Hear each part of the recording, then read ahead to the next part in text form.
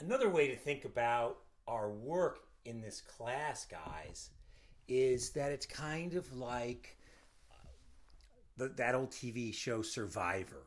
You know, there's an island, and who's going to get kicked off the island? When I ask you to look at these four cave texts and put them in order and say which one you're going to put number one, you're like saying, okay, this one, it survives my review, and so I'm going to let it stay. Most of you guys, many of you, like picked the Argentinian cave. Someone picked the bull. So what that means is that of all these four texts that I threw at you, that's the one to save. And if you think about why you chose that, it why did you choose it? Well, you chose it because it pleased you. That's a criteria of pleasure. Or it was new and novel. And so that's a reason that you're going to let it stay on the island. Or that it was easy and short. And we make choices just because of ease, because they were accessible. They were the one that you could get with the easiest amount of attention and get with the least amount of effort. You chose that because of the craziness and the confusion and the pressure of the first couple weeks inside an online asynchronous course. Just because under pressure, you made a choice, you made it quickly, and you threw it up there. So we're always making choices, and we have to make choices because we live in this economy of there's an economy of our attention. We only have so much. We only have so much time, so much energy, so much effort, so much rest, and we're always having to work within these limits. That's why, and that's how we make our choices within this economy of attention, within this never having enough time, energy to do the things that we may want to. So another reason that outside of our first week together, another reason that texts have made the cut, that other reasons for a reading to make it into our class, make it onto our reading list, make it into our work together. Most scholars wouldn't have picked the caves. When I was reading through your responses, Max, God bless you, Max says, yeah, I'm going to put Plato. And I went, phew, hallelujah, there's one. There's one person in this class who kind of agrees with me. Not that that's the whole point or the game, but it's nice to know I got a brother in the struggle there. And he said, yeah. He said, Plato, I'll put Plato on. And I'm going, good for you. You can take it on the difficult text. And I'm not quite exactly sure why Max was able to do that, but some of the reasons that other scholars, other teachers, other people like me would elevate Plato first are, kind of stodgy old things. Why do I want to put it on the list? Why do I want you to put it on our list? Well, let me make the case. That's my responsibility. Reason things get on my lists are they're old.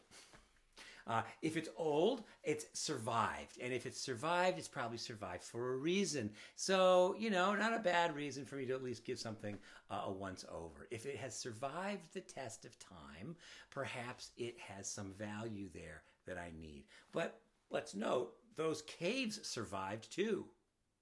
That kid's tale about the lion, Aesop's fable, has survived the test of time. So age alone may not be the best factor. Things may have survived because of an accident, but old isn't bad. I'm going to put something on the list. It's also difficult. And you know what? I've experienced in my life that difficult things are sometimes good. They're not always good, but difficult things are often good. So if something looks difficult, I'm going to at least give it a heads up. Why does Plato make it on the list? Well, is it important? Is it about important stuff? I want to give my attention to things that are important as opposed to things that are trivial or passing or ephemeral or just part of the flow. I want to find attention for important things. I want to put I wonder if it's going to help me. I want to read things and look at things that will actually help me. I'm always looking for help that I know about and help that I may not even imagine yet. But I'm looking for things to help me live my life better, whatever that happens to be today. I might pick it because it's serious. I don't know. I think I'm supposed to think about serious things sometimes.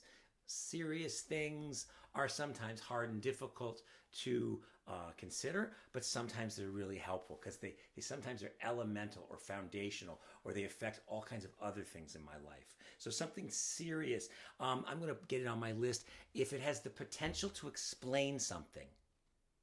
Does this reading, is it going to explain something to me that is going to save me hurt? Save me trouble, save me conflict. Is it going to explain something that will, again, be helpful later? Does it have potential? I might put something on the list because it's true. I might put something on the list mostly because it might teach me a skill. It's going to make my list because there's going to a skill in there. My reading, my time with this is going to give me a skill payoff. So that's a really different list of how things, different criteria, different possibilities of why I might elevate something, keep it on the island, and give it the honor of my attention. If I'm going to read it, if I'm going to understand it, if I'm going to devote my life energy and my life force to something, I want to do it for reasons that are legitimate. I do not have any more time and energy to waste. I'm pushing 60, guys. And I might say, because I care for you, I don't want you to be wasting any of your time either. So, all right, that's a very different list. What did I say? What are some of the things I said? I said old, it's important, might help me, it might be difficult, it's serious, it might explain something that is potentially I need explaining. It might be true. It might teach me a skill. So there's lots of other reasons, and I want you to be mindful of your own. When do you get that satisfaction from work that says you were doing the right kind of work for the right kinds of reasons? But yeah, World Lit 1 is like the Survivor show. And every time we look at a reading, every time we first select a reading to look at, and then when we look at it, the questions in this class are like, those survivor challenges. Is this text get to stay on the island? And in that way, this is such a very different class than a great books class that might have been taught 10 or 20 years ago. Because I actually think we're all involved when the next 12 weeks, as we're selecting and reading, you guys we're creating our world literature list. You guys are helping me make a case that there's stuff in here that is worth the honor of our attention, stuff that we're going to know because it's going to help us, and in helping us, it's stuff that we're going to maybe pass down and share, because that's the game.